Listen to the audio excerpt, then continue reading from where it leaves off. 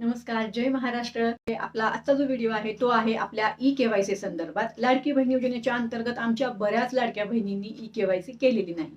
त्यांनी ई-के-वाय-सी का नाही केली? तर आता बऱ्याच महिलांचं असं म्हणणं आहे, ताई आम्ही हॉस्पिटलमध्ये होतो, मेडिकल प्रॉब्लेम होता किंवा आणखीन विविध प्रॉब्लेम त्यांचे होते म्हणून त्यांनी ई-के-वाय-सी केली नाही. बऱ्याच महिलांचं असं म्हणणं आहे, त्यांना ओ-टी-पीच आला नाही. कारण 2-3 शेवटचे दिवस होते ना, तेव्हा त्या ई-के-वाय-सी करत होत्या आणि तेव्हा त्यांना ओ-टी-पी गेला नाही. तर असे मेन कारणं जे आहेत त्यांचे ते भरपूर आहेत, ज्याच्यामुळं आमच्या बऱ्याच अशा महिला आहेत, की त्यांची के-वाय-सी झाली नाही. आता त्या मला असा प्रश्न विचारत आहेत, की "ताई आता आम्ही कुठे जावं आणि कुठे तक्रार करावी? कोण आमची दखल घेईल?" तर या संदर्भामध्ये मी खाली व्हिडिओ शेअर केलाय.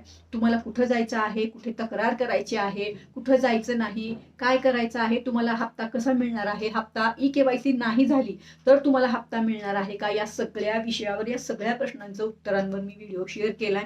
नक्कीच तो व्हिडिओ पहा आणि आपल्या इतर महिलांपर्यंत जरूर शेअर करा. मी शेअर का करू असा विचार करू नका. बाकी सगळे कमेंट, जेवढ्याही तुमच्या कमेंट किंवा जेवढेही तुमचे प्रश्न असतील आपल्या लॉंग व्हिडिओच्या अंतर्गत करा.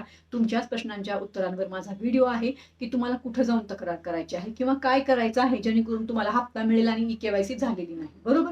चला तर मग भेटू परत. धन्यवाद. जय हिंद, जय महाराष्ट्र.